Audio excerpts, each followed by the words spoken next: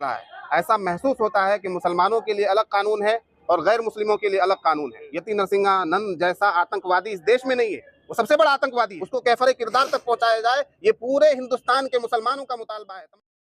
क्या प्लान है आगे इसके बारे में, अगर मान के नहीं सुनवाई हुई? नहीं सुनवाई हुई तो हम लोग हिंदुस्तानी सतह पर एहतिजाज करेंगे, सड़कों पर उतरेंगे और जो हमारी मिल्ली तंजीमें हैं, हमारे जो कायदीन हैं, उन तमाम लोगों को लेकर मुत्तहिदा तौर पर तमाम लोग हम यति नरसिंहानंद के खिलाफ पुरजोर एहतिजाज करेंगे।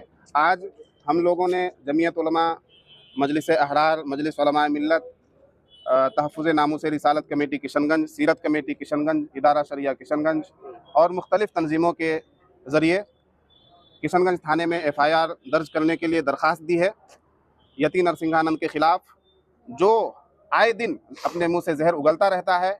अगर इसकी गिरफ्तारी आज से 2 साल 4 साल पहले हो जाती तो आज ये दिन देखने नहीं पड़ते। हम ये समझते हैं कि इस मुल्क में जो माहौल पैदा किया जा रहा है, ऐसा महसूस होता है कि मुसलमानों के लिए अलग कानून है और गैर मुस्लिमों के लिए अलग कानून है।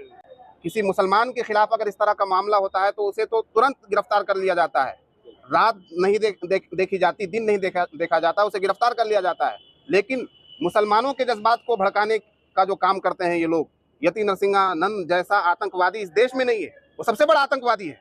उसको जल्द से जल्द गिरफ्तार किया जाना चाहिए। सरकार की ढील और प्रशासन की नाकामी का नतीजा है कि आज वो खुलेआम घूम रहा है और मुसलमानों के जज्बात को भड़का रहा है। पैगंबर मोहम्मद सल्लल्लाहु अलैहि वसल्लम की शान में जो उसने अल्फाज इस्तेमाल किए हैं वो दोहराए जाने के लायक नहीं है। उसको कैफरे किरदार तक पहुंचाया जाए, ये पूरे हिंदुस्तान के मुसलमानों का मुतालबा है, तमाम मिल्ली तंजीमों का मुतालबा है, तमाम संगठनों का मुतालबा है, तमाम इंसाफ पसंद लोगों का मुतालबा है। ऐसे मौके पर अगर यति नरसिंहानंद को नहीं गिरफ्तार किया जाता है, उसे कैफरे किरदार तक नहीं पहुंचाया जाता है, पसी जिंदा नहीं डाला जाता है, तो हम लोग मुल्क गिर एहतिजाज करेंगे इंशाअल्लाह।